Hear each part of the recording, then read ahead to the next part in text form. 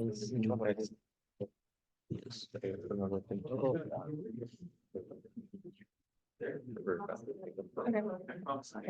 is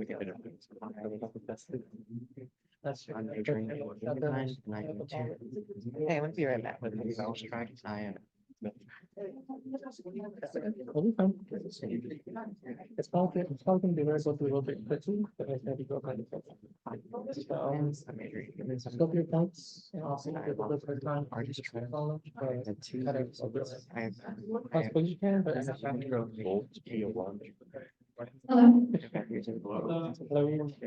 and all right, hello everybody. Welcome to ACM's final meeting, as well as ACM Projects Symposium night. Can you all raise a hand to let me know if you guys know what ACM Projects is? Okay, so not many of you. That's good. I'm glad to see a bunch of new faces here. I see some old faces. So if you haven't already, please go ahead and sign in so we can see how many people are coming to our meetings. It looks like everybody's signed in, so let's get started.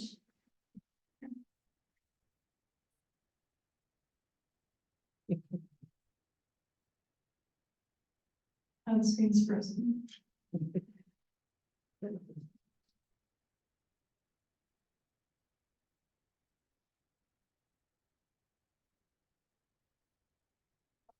It's not. Thank you.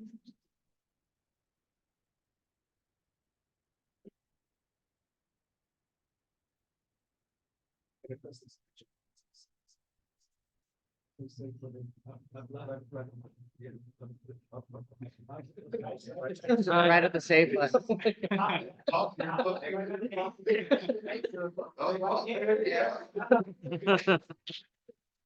I don't think so. I thought the button was like full.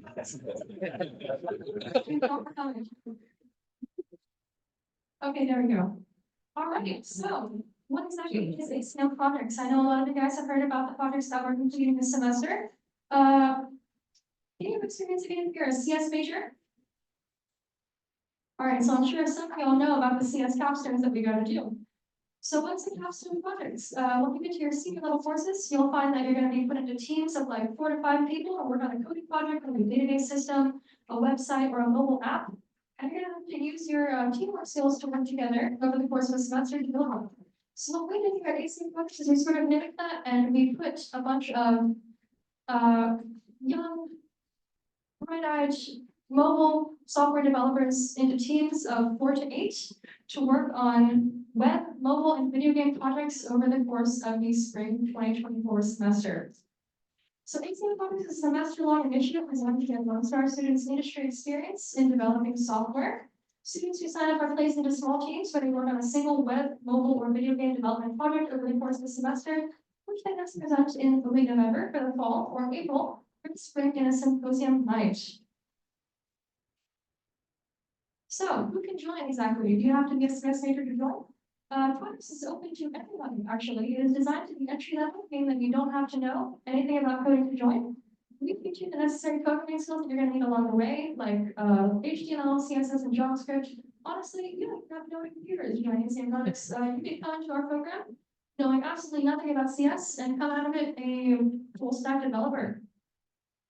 You also don't have to be a CS major. Just like how software development teams need UX and UI designers, market researchers, and managers, each software development project needs people with a wide variety of skills. We don't only want programmers, we want graphic designers, musicians, managers, industry outreach communicators, and more. The benefits of doing ACM projects, if you want to graduate and become a software engineer, you'll notice that what we do here, for our capstone projects, working in teams to produce a functional mobile or web app in the span of, say, 2 or 3 months is very similar to what you're going to be doing in industry.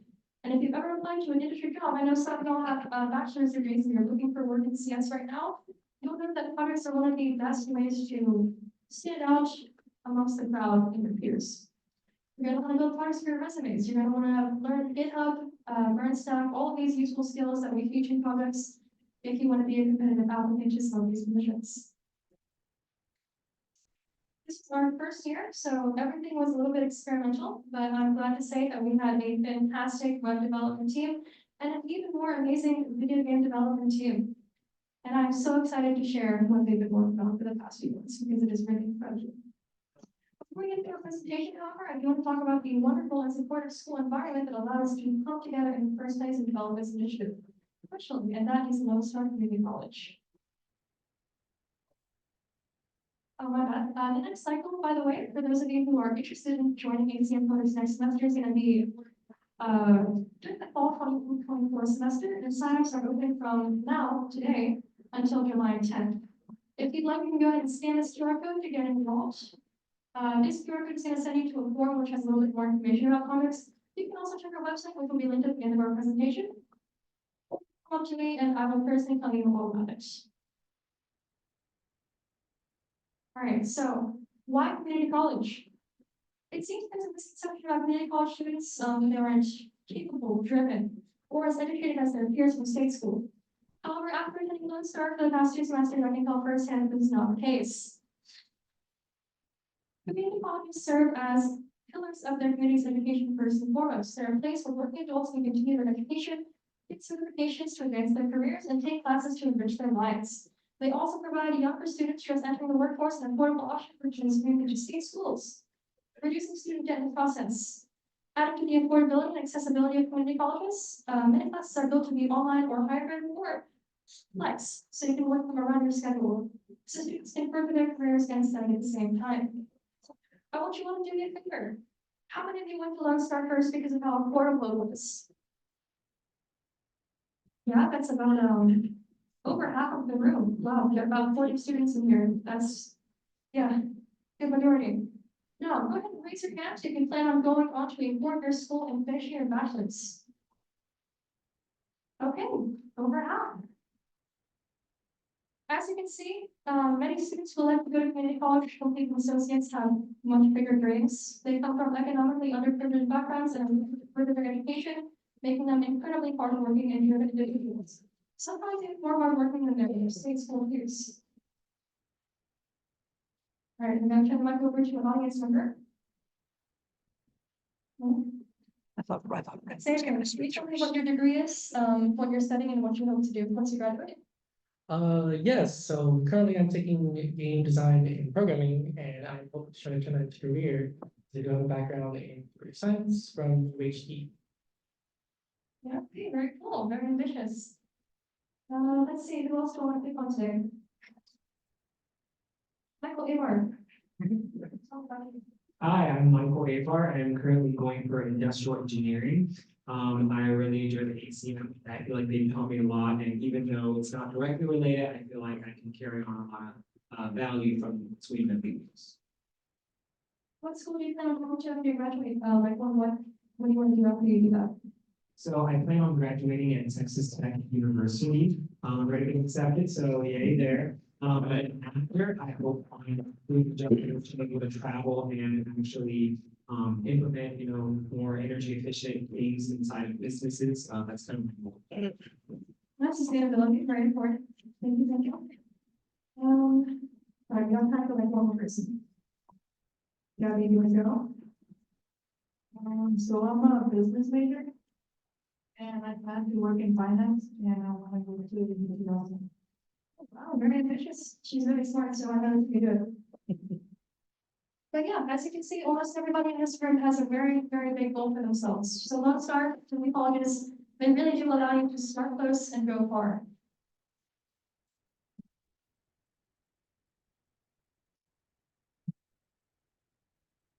All right, so let me go ahead and explain what I wrote those note cards out for you real quick before we start the presentations.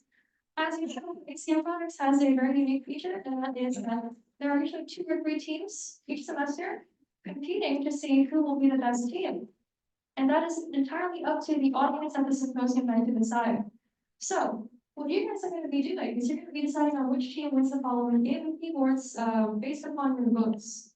Those note cards that I can tell are ballots. If you could do me a favor and write name, winning dev team, and winning student project on your ballots. Actually, don't bother writing winning student project. Sorry, that's not supposed to be there. Just write name and winning dev team. Thank you. And that is where you're going to put your name, and whichever team you think deserves first place, best project, 2024 spring, at the end of our presentation. If you guys need to see this again, you can pop to it. Here's the team number. Youth prizes, first place is going to be getting the area T68SC mini LED gaming keyboards. Second place is going to be getting Sega LED wireless device. So not to be shy, prize wise, more incentive to join ACM Projects next semester, because I'm sure next semester we'll have a bigger budget and we'll be able to buy more. All right, before I get into the game team demo, I want to thank somebody who has really stuck their neck out for us this semester, has done incredible things for the game team. Served as a mentor to a group of hopelessly lost young students. Professor Brandon, all of you have anything you'd like to say about the game team?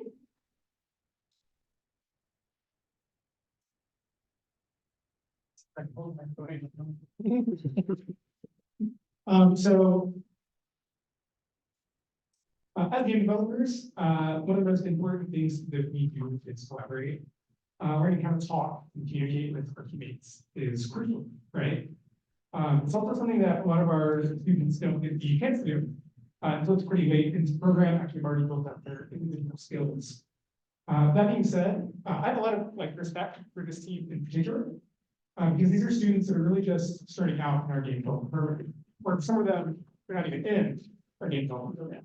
They just took the initiative, tried something new, and put themselves out there. Over the last couple months, I got to see each and every one of them grow and learn new things. Justin and Logan deep diving in game development for the first time.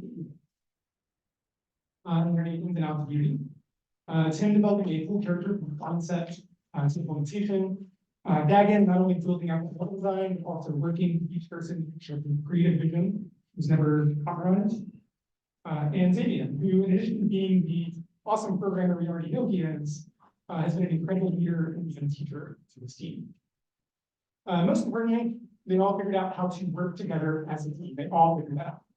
This was uncharted territory for all of them, and I could not be more proud of what they've done and what they will do next.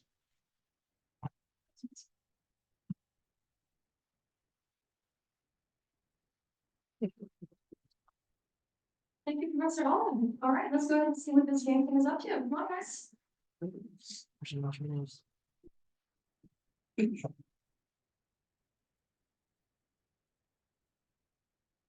Right.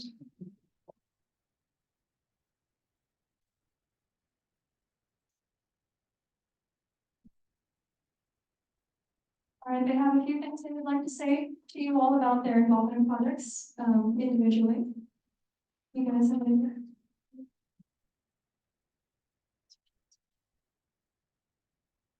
Good afternoon. My name is Dagon Zamora, and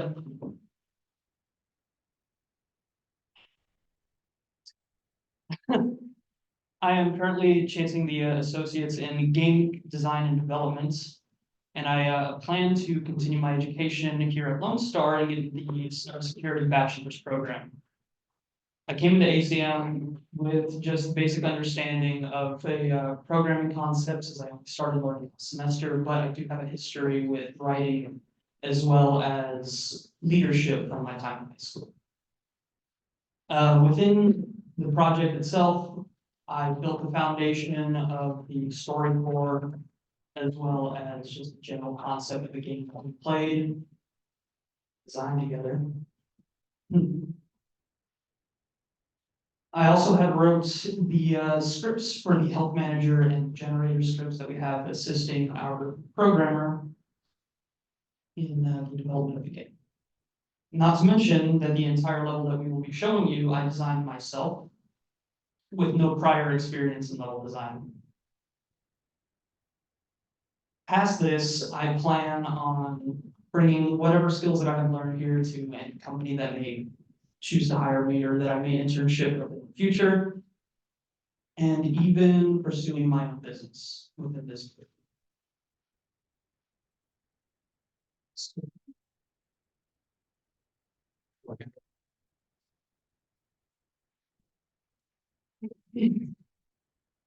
Good afternoon, everyone. My name is Xavian Escarmilla, and I believe I am the lead programmer, as well as an assistant. Sorry, I want to make sure this works. An assistant project manager for assisting Dagon here with the project. So in ACM, well, I should say let me do it first. I'm pursuing game design in programming, as I came from UHD with a Bachelor of Computer Science. However, game programming was my actual, passion, right? And so the skills that I learned from this were to be able to work in a team and actually learn how development in Unity and just game development in general is very different from building programs in just general CS, right? So along with that, I've been able to work with my team and actually been able to build that team skill, which I've only had minor prior practice with. And going forward, learning from what I learned from ACM, I would like to use this experience to try to further my own career in game development and programming, and hopefully be able to achieve my own games. So thank you, everyone, and I'm very happy with our team and the progress I made so far.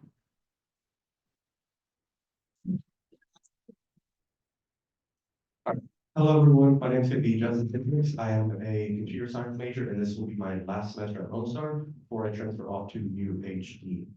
So far, this is my first entryway into computer science, into game development.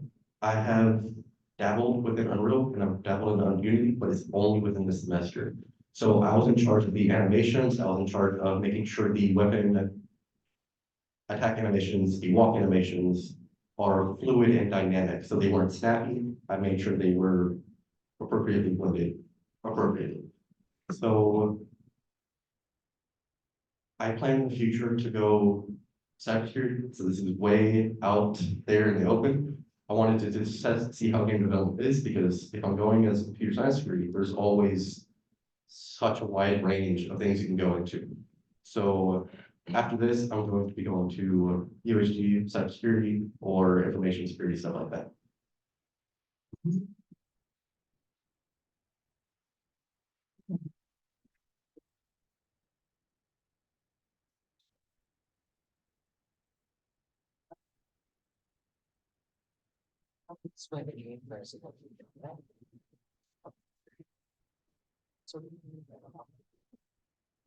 By the way, these are their headshots, names, emails, and GitHubs in case you guys want to keep in touch with them. Any employers in the chat, if you would like to take a photo, feel free to. For now, Xavian's going to tell you all a little bit about how impressive what they did this semester was. While he shows you some development screenshots.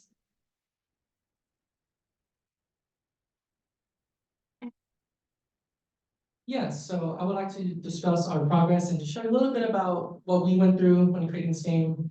So again, of course, when it came to the programming side, we just Dagon here have done amazing work to actually build their systems, but unfortunately, we can't achieve just pure script.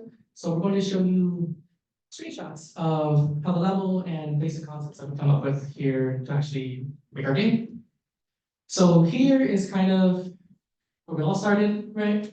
So in the top left corner was where we were testing systems, right? So things like collision, interaction, just being able to control players well, things like that. So that was our really basic sandbox for that. And at the bottom right is actually our first rough design that our level designer Dagon has created, what will be for the level that we will play through later on. And so here's just a quick screenshot of what the prototype will be showing here today. So here we can actually see Dagon as well has taken the models that were designed by Logan and Tim and has placed those into our level to actually give the level and the game a bit more of a feel, right? Nice vibe. So I will now be presenting the game to you.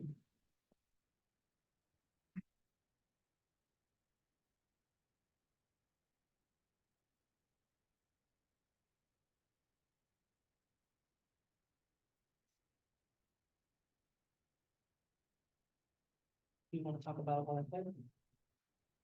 No, Dagon and Justin. Basically. Oh, yeah, you took them. Okay.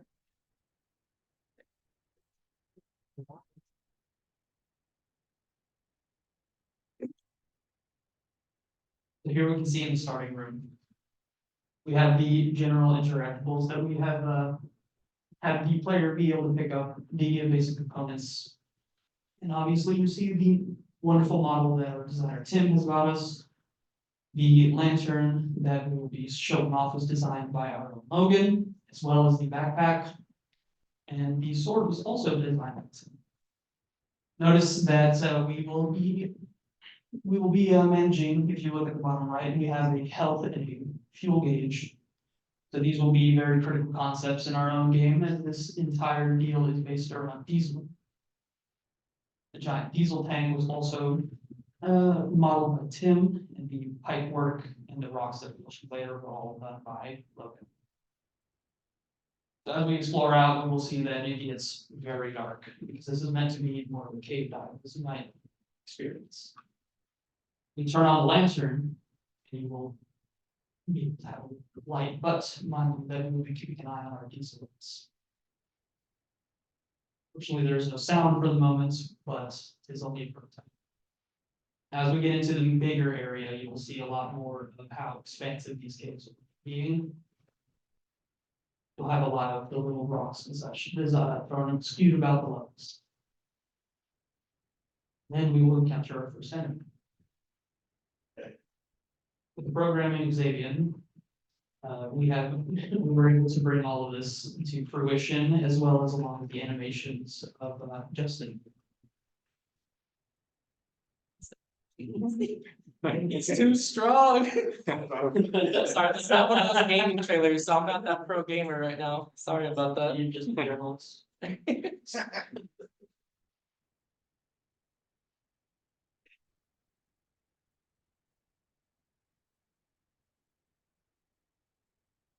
So in the full scope of this, I planned that this would all be developed around a more expansive, deeper down you go level design. Originally, we were going to do 3 levels to showcase, but with our limited experience, we found it a lot. So we'll just go with the 1. So here we can show off. We have a sword boost that will use more diesel, but will do more damage.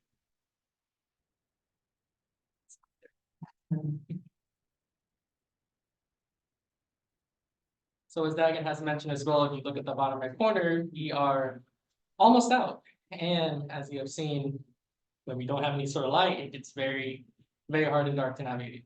Running low on your fuel is a very critical issue. You will find yourself wandering through these caves. Yes. So you will find, as we're about to see, more diesel supplements throughout. You'll find tanks from other fallen adventurers down in the caves.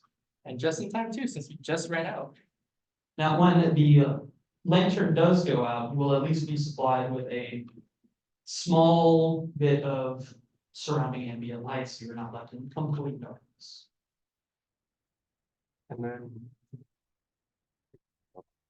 testing. Okay. Moving on more about the animation of this, I created I was applied with the bone mappings from them too, and they were able to put essentially bones into the avatar. And then I was able to use those bones to create animations that move the physical joints. And it's all restricted, so you can't have stretching arms, you can't have behind, that doesn't look realistic. But I was able to, let's say we have a different type of enemy that's not a skeleton, but it's still a humanoid. I can use those same bone masking or layers that I can do, where I can do 2 different animations at once, bottom half, top half, and it won't stop the character. You can still move, you can still attack while you're moving, it's straight, and it works, and it's blended correctly with the bone system, so it's realistic. And then I can apply that to different character models as we go forward. And here coming, we have something to help set the ambiance of the room just a little bit more. Our little designer Dagon here has put in quite a spooky scenario here. So using the skulls that were modeled by him, we wanted to go for a little bit of catacombs look in a section of this. trying to put the stone on all of the walls in there actually ended up crashing my computer, so I could not be able to use the full concept. But as we explore further, you will find more things that will lurk and are to be found and discovered in these caves. Maybe some things that aren't meant to be discovered, you better to say. So coming here, we're coming to the close of the prototype for now. But as we come here to the end, I just want to say, I want to give a big thanks to our whole team. As of course, without all of us here to be able to work on this, we wouldn't have been able to create what I would consider a very successful, just in time with our diesel out.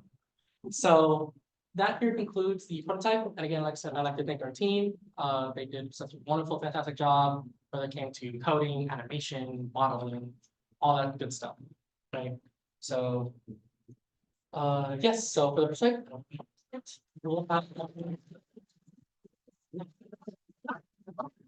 we'll have our good Tim and Logan showing off their portfolio and discussing their concepts for the art.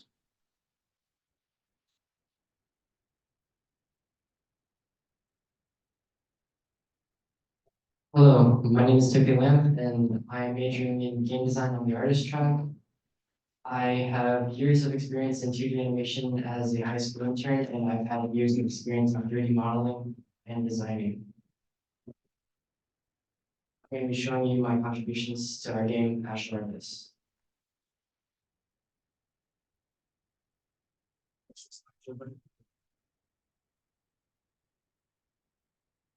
Oh, it's delayed, I'm sorry.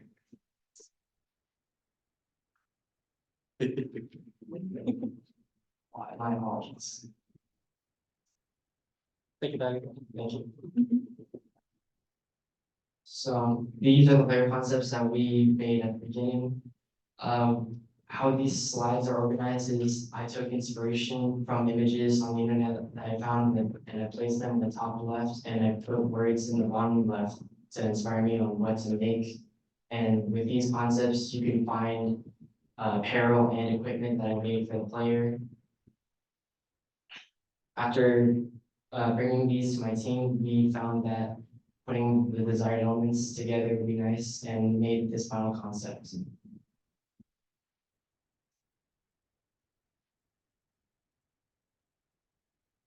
Next are the models that I made for the project. The model that I find the most pride in is the sword because to me this took a lot of thought because we tried to make a sword that would heat up because that's the main gimmick of our sword, and I thought how it would work in real life, and we thought that coils around the blade of the sword would work best.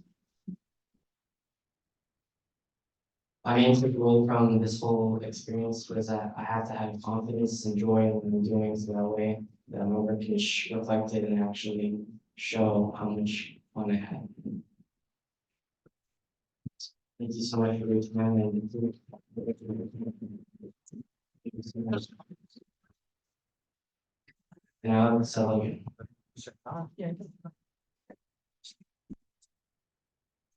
Alrighty, hello everybody. Look, it's out of nowhere. My name is Logan Collins. I'm a freshman here.